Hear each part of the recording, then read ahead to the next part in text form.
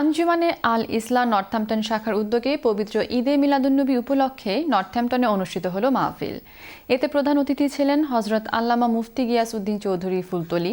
বিস্তারিত জানাচ্ছেন এহসানুল ইসলাম চৌধুরী শামীম। পবিত্র ঈদে মিলাদুন্নবী উপলক্ষে নর্থহ্যাম্পটনে অনুষ্ঠিত হলো এক মহতী মাহফিল। আঞ্জুমানে আল ইসলাম নর্থহ্যাম্পটন শাখার উদ্যোগে আয়োজিত এই মাহফিলটি অনুষ্ঠিত হয় বুধবার আল জামাতুল মুসলিমিন অব বাংলাদেশ মসজিদে। ধর্মীয় আবহ ও আধ্যাত্মিক উচ্ছ্বাসে পরিপূর্ণ এই আয়োজন ছিল প্রবাসী মুসলিম কমিউনিটির জন্য এক অনন্য সমাবেশ। অনুষ্ঠানে সভাপতিত্ব করেন মুতল্লী আব্দুল শফিক মোহন খান এবং সঞ্চালনা করেন ইমাম হাফিজ মাওলানা আবু বকর।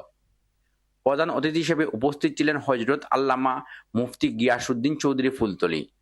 তিনি বলেন, আজকের বিশ্বে ইসলামের শান্তি বার্তা পৌঁছে দিতে হলে আমাদের নবীজি সাল্লাল্লাহু আলাইহি সাল্লামের জীবন থেকে শিক্ষা নিতে হবে। রাসূল পাক জন্মের ইতিহাসের সাথে তার মর্যাদার একটা সংখ্যা, সেটার নাম মিলাদুন্নবী। নমাজ শুরু করিল, নমাজ হইল। মিলাদুন্নবী পালনের মাধ্যমে, উদযাপনের মাধ্যমে উম্মতে মুহাম্মদী তাদের ঈমানের স্পিরিট তৈরি করেন এবং নবীজির জীবন চর্চার মাধ্যমে পৃথিবীতে ইসলাম পুঙ্খানুপুঙ্খভাবে পালন করার স্পিরিট পান। এটাই ঈদে মিলাদুন্নবীর মুখ্য উদ্দেশ্য। বিশেষ অতিথি ছিলেন আল ইসলাম ইস্ট ডিভিশনের president Abdul Salam, Milton Kings শাখার প্রেসিডেন্ট আব্দুল মজিদ এবং সাবেক মুতল্লী আব্দুর রহিম। মাহফিলে বিপুল সংখ্যক মুসল্লি উপস্থিত ছিলেন। মুসল্লিরা অত্যন্ত মনোযোগ সহকারে বয়ান উপভোগ করেন। সমগ্র অনুষ্ঠান জুড়ে ছিল এক আধ্যাত্মিক পরিবেশ।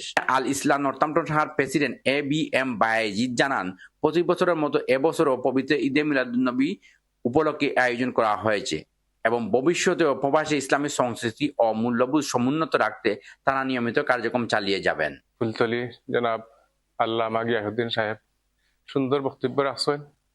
আমরা যতজন আসলা সব খুশি হয়েছেন। 12 টাউন থেকে অনেক মানুষ আইসেন। যারা আইসেন সবাই আমি নর্থহ্যাম্পটন আল ইসলামের পক্ষ থেকে বিশেষ করে ধন্যবাদ জানাইলাম। সবশেষে দেশ, জাতি, মুসলিম উম্মাহ এবং প্রবাসী বাংলাদেশিদের শান্তি সমৃদ্ধি কামনা করে দোয়া ও মুনাজাত পরিচালনা করা হয়। Ehsanul Islam Chowdhury Shamim, channel S news, Northampton.